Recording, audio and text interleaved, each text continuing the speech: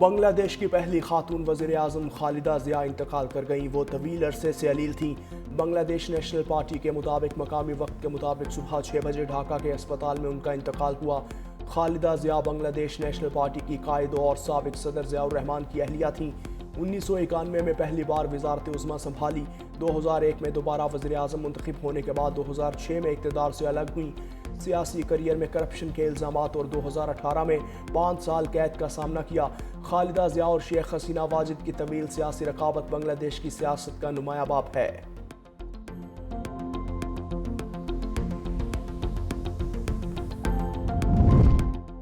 صدر آصف علی زرداری اور وزیر اعظم شہباز شریف کا خالدہ ضیاء کے انتقال پر اظہار افسوس۔ صدر مملکت کا کہنا تھا کہ حکومت اور عوام دکھ کی اس گھڑی میں بنگلہ دیشی عوام کے ساتھ ہیں۔ بنگلہ دیش کی خدمت، ترقی اور خوشحالی کے لیے خالدہ ضیاء کی خدمات یاد رکھی جائیں گی۔ وزیر اعظم شہباز شریف بولے، خالدہ ضیاء بنگلہ دیش کی خدمت اور ترقی کی علامت تھیں۔ وزیر خارجہ اسحاق ڈار کا بنگلہ دیش کی سابق وزیر اعظم خالدہ ضیاء کے انتقال پر اظہار افسوس۔ پاکستان نے صومالی لینڈ کو آزاد ملک تسلیم کرنے کے اسرائیلی اقدام کو مسترد کر دیا۔ پاکستان کے مستقل نائب مندوب عثمان جدون نے اقوام متحدہ کی سلامتی کونسل کے اجلاس سے خطاب میں کہا، صومالیہ کی خود مختاری اور علاقائی سالمیت کا احترام کرتے ہیں۔ پاکستان فلسطینی عوام کی بے دخلی کی کسی بھی کوشش کو مسترد کرتا ہے۔ یہ اقدام عالمی قوانین کی خلاف ورزی ہوگا۔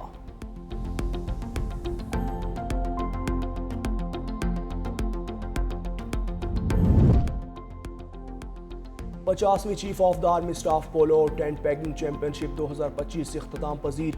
فیلڈ مارشل سید عاصم منیر کی اختتامی تقریب میں بطور مہمان خصوصی شرکت۔ ISPR کے مطابق 8 ٹیمز نے مقابلوں میں حصہ لیا۔ پشاور کور شاندار کارکردگی کے ساتھ چیمپئن شپ جیت لی۔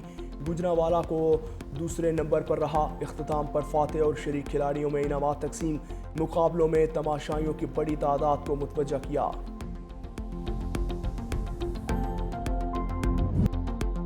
اے شہید وطن، تیری عظمت کو سلام۔ باجوڑ میں شہید ہونے والے میجر عدیل زمان کی پشاور گیریزن میں نماز جنازہ۔ Chief of defence forces field marshal Asim Munir کی شرکت۔ میجر عدیل زمان شہید کی عظیم قربانی کو زبردست خراج عقیدت پیش کیا۔ وزیر داخلہ محسن نقوی، کور کمانڈر پشاور، فوجیوں اور سول افسران اور عوام شریک ہوئے۔ فیلڈ مارشل کا CMH پشاور کا دورہ، زخمی افسران اور جوانوں کی عیادت کی۔ شہدائے پاک فوج قوم کا فخر ہیں، ان کی قربانیاں ہمیشہ یاد رکھی جائیں گی۔ سیکیورٹی فورسز کا باجوڑ کے علاقے خار میں انٹیلیجنس بیسڈ آپریشن، بھارتی حمایت یافتہ 5 خارج مارے گئے۔ پاک فوج کے میجر عدیل زمان نے بہادری سے لڑتے ہوئے جام شہادت نوش کیا۔ ISPR کے مطابق آپریشن 29 دسمبر کو دہشت گردوں کی موجودگی کی اطلاع پر کیا۔ ہلاک خارج سیکیورٹی فورسز اور قانون نافذ کرنے والے اداروں کے خلاف متعدد کارروائیوں میں ملوث تھے۔ میجر عدیل زمان کی عظیم قربانی قوم کے لیے باعث فخر ہے۔ صدر مملکت آصف علی زرداری کی شہید میجر عدیل کے اہل خانہ سے دلی تعزیت اور صبر جمیل کی دعا۔